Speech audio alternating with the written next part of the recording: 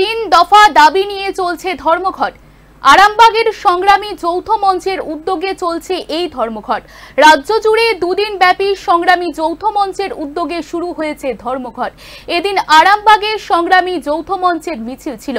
পাশাপাশি এই মিছিল থেকে তারা বিভিন্ন স্কুল, সরকারি অফিসের শূন্য পদে শিক্ষিত বেকারদের নিয়োগ এবং ডিএ সহ বেশ কয়েকটি দাবি তুলে এদিন সরকারি কর্মচারী, অস্থায়ী কর্মচারীদের নিয়ে এই কর্মসূচি হয়। উক্ত বিষয়ে সংগ্রামী যৌথ মঞ্চের সদস্যরা বলেন, তিন দফা দাবি নিয়ে তাদের এই কর্মসূচি শুরু হয়েছে। স্বচ্ছভাবে নিয়োগ না হলে আগামী দিনে বৃহত্তর আন্দোলনে শামিল হবেন তারা। মূল দাবি যে যোগ্য ছেলে মেয়েদেরকে এখানে চাকরি দিতে হবে। যে চাকরিগুলো বিক্রি হয়ে যাচ্ছে, যে চাকরিগুলো অযোগ্যরা পাচ্ছে, সেই অযোগ্যদের চাকরি থেকে অযোগ্যদের চাকরি দিয়ে যোগ্যদের বঞ্চিত করা হচ্ছে। তাদের যোগ্য ছেলেদের যথেষ্ট জায়গায় চাকরি দিতে হবে এবং আমাদের জনসংখ্যা বৃদ্ধির সাথে সাথে যে কর্মসংস্থান বৃদ্ধি হয়, সেই সরকার সেই কর্মসংস্থানগুলো তৈরি করেনি।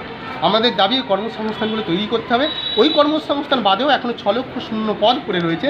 সেই 6 লক্ষ শূন্য পদগুলোকে পূরণ করার আমাদের দাবি রয়েছে এবং সেগুলো স্বচ্ছভাবে নিয়োগ করতে হবে, কারণ অফিসে কাজের পাহাড় জমে গেছে।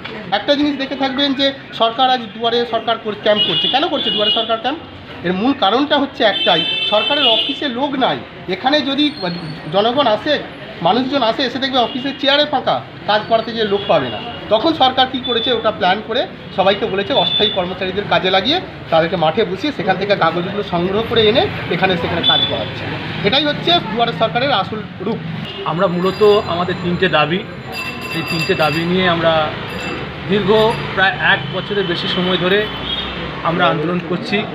আমরা আন্দোলনের যে বিভিন্ন ধাপ, সেই বিভিন্ন ধাপ, প্রথমে অবস্থান শহীদ মিনার চত্বরে, অবস্থানের পরবর্তী সময়ে আমরা অনশনের পরবর্তী সময়ে আমরা মিছিল, জমায়েত, এইভাবে আমরা গত 1 বছর ধরে আমাদের সংগ্রাম চালিয়ে যাচ্ছি।